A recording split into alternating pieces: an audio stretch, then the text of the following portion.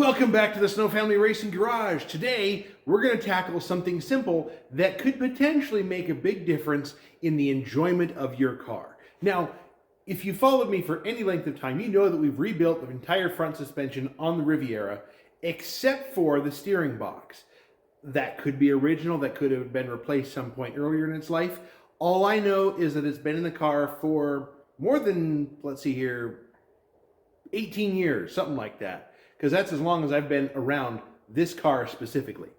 So there's a little nut and a set screw on top of the steering box. Now you can loosen the nut, tighten down the set screw, and that helps reduce the play in the steering box. This is called a recirculating ball steering box. I don't completely understand all the principles as to how it works, but there's a lot of moving parts in here, and basically you're taking the slop out of the system by tightening everything up or taking the play out of it. I'll have to pull up a graphic and show you guys what the inside of a recirculating ball steering box looks like, but let's take a look under the hood and see what we can see. I've got lots of light in here and it's still really hard to see. This is a rear steer, meaning the steering box is behind the axle center line. Well, you can see the nut between the upper control arm and the exhaust manifold. There's a set screw in the middle of that. I'm going to have to clean it out, find the right Allen wrench, and find the right wrench to get on that.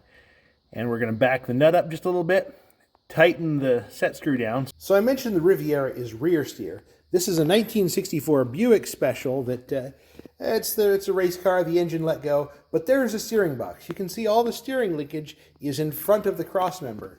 And you can see the adjustment part. This one's got a flat blade screwdriver on it, but it's easy to adjust there the same way you adjust the rear steer on the Riviera. And one more example of a front steer is this 1981 Monte Carlo. This has pretty much exactly the same methodology. Get around the radiator hose there. It's got a nut and a set screw, and you would adjust it the same way. GM's been using this for a lot of years, so, keep that in mind when you're looking at cars that have a sloppy steering wheel. You can probably adjust some of that out. So before we make any adjustments, let's do an unscientific measurement. Let's just call that, we're starting at the 1 and we're ending at, oh boy, that's like 3 3/4. So that means you got like 2 3/4 inches of play in the steering wheel, which is kind of a lot. We may be replacing the steering box on this at some point, but let's just see if we can see what we can get out of it for free. Now you may be asking yourself, how the heck are you going to get to that? Well, you can see I have a 7/32 Allen wrench and a 5/8 crow's foot.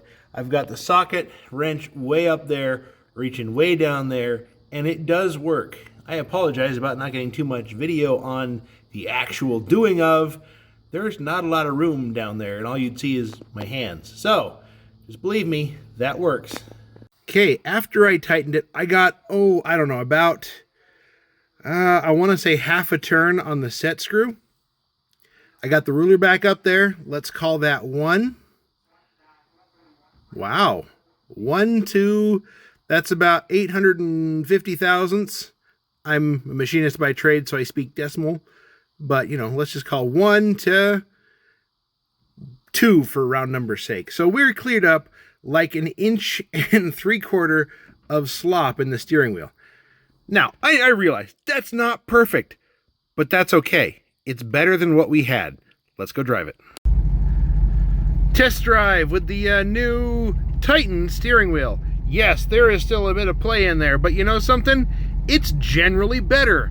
We'll take that. So let's pull it back into the garage and take a look at things and make sure everything's still okay.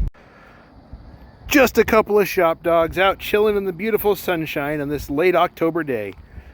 Good puppies.